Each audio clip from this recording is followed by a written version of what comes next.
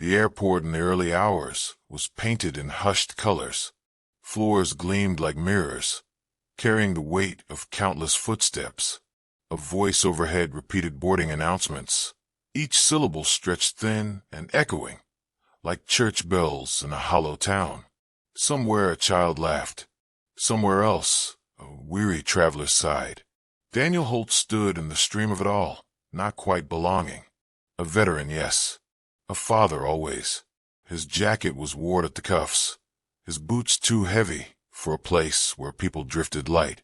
He carried little more than a small bag and a wallet with a single photograph folded neat inside, a ritual he never abandoned.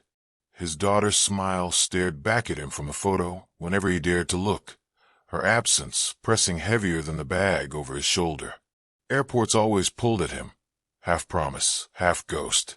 He wanted peace, but every hum of an engine reminded him of deployments, of runways stretching into war instead of vacation. That was when he noticed her. The woman moved through the crowd with a kind of precision he recognized instantly. Her steps, though faltering, carried the discipline of someone trained to hide weakness. She was tall, dark hair pulled tight, eyes sharp like sea glass. But something in her movement betrayed her. A slight hitch at the ribs, a hand that brushed too often against a jacket, as if to hold herself steady. Daniel's instincts flared, but he hesitated.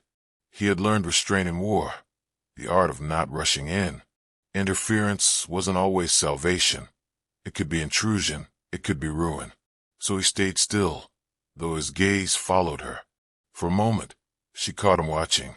Her eyes locked onto his, bright yet burdened, and in that split second he felt a silent recognition. Soldier to soldier, stranger to stranger. Then the gate agent called for boarding. The tide of travelers surged forward. The woman was swallowed into the press of bodies. Daniel adjusted the strap on his shoulder and stepped into the line. The sound came next, the low thud of a body meeting the ground. Gasps rippled. Daniel turned. She was on the floor, knees buckled, hand pressed to her side, where a dark red spread beneath her jacket. The crowd recoiled as if blood were fire. Daniel was already moving. He dropped beside her, hand steady though his chest clenched. "Easy," he murmured, the same tone he once used to calm frightened young soldiers. Her breathing was ragged, shallow. Blood seeped between his fingers as he pressed against the wound. Her eyes fluttered open, glazed with pain but focused on him. Her hand gripped his sleeve with surprising strength. "Poison," she rasped. "Covers blown terrorists the plane." Her words fell in fragments, each one pulled from a place of desperation. Daniel bent closer, his voice low. "You're military." It wasn't a question. Her lips curved faintly, bitter with irony. "SEAL." She coughed, blood at the corner of her mouth. "Name's Arden. Arden Cross." And then her eyes rolled, her body giving way as paramedics burst through the crowd. They lifted her, moving with speed and authority, their voices sharp. Daniel stepped back only when she reached for him again, her hand shoving something into his palm. Her badge. Her gaze locked onto his as they carried her away, the unspoken plea loud as thunder. "Do not let this die with me." Daniel tried. He went to security, voice low but insistent. "She's a SEAL. She said there's a terrorist. A bomb. On the plane." But his words were brushed aside. They spoke to him with tight politeness, the kind reserved for men they thought unstable. "Sir, we appreciate your concern. Let us handle it." They didn't take the badge from him. They didn't take her words seriously. And when they turned away, Daniel felt the familiar burn, being unseen, unheard.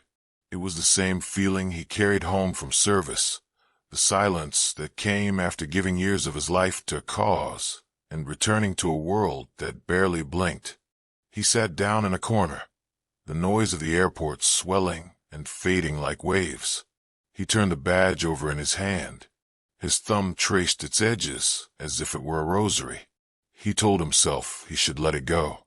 Someone else's burden, someone else's fight, but he could still see her eyes, sharp even through pain, demanding he stand where she could not. And he remembered the old words drilled into him. If you see it, you own it. That was when he noticed the man. He was too still, too calm in the chaos, standing near the boarding gate, his face unreadable, his posture wrong. And when the badge clipped to his jacket glinted under the overhead lights, Daniel's chest turned cold. It was the same badge Daniel held in his hand. The world sharpened to a point. Daniel slipped into motion, not rushing, not reckless. His body flowed with the crowd, blending in. Every step was deliberate. His eyes never left the man. He moved like shadow, using reflections in glass, announcements as cover for his steps. The man edged closer to the gate, fingers brushing something hidden in his bag. Daniel's heart pounded, but his breath steadied.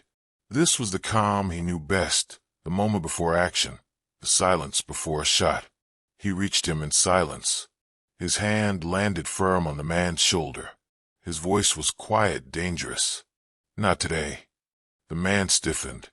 A struggle bloomed in the space of a heartbeat, fists, a twist of bodies, the scrape of boots on tile. No dramatics, no shouts, just raw intent. Daniel forced him down, pinning him as the crowd shrieked and scattered. Only then did security notice, charging forward. The device was found. Small, deadly, hidden in the bag. The danger was real. Arden's words were truth. And yet Daniel didn't bask in the vindication. He stood apart, breath ragged, holding her badge tight.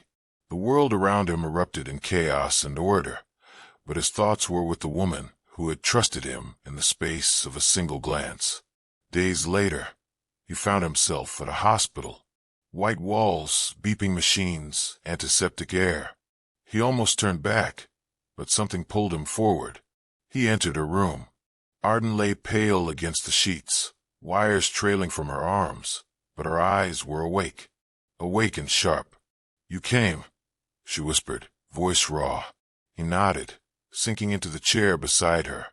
He didn't know what to say, so he said the only thing that mattered. "You trusted me. I almost walked away, but I couldn't."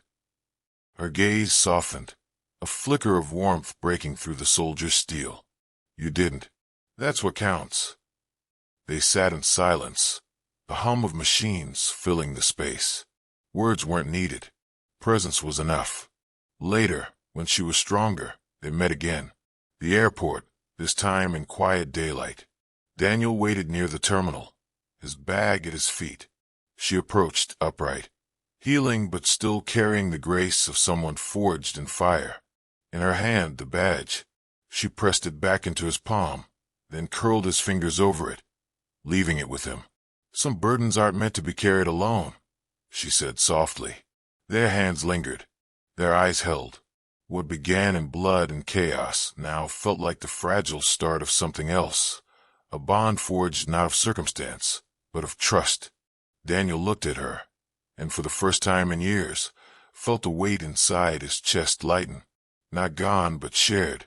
In the quiet between departures and arrivals, some strangers become anchors. Some burdens turn into bonds. And sometimes, a single moment at a gate becomes the beginning of a life you never expected. And if a story stirred something in you, stay. Share it, let it travel further.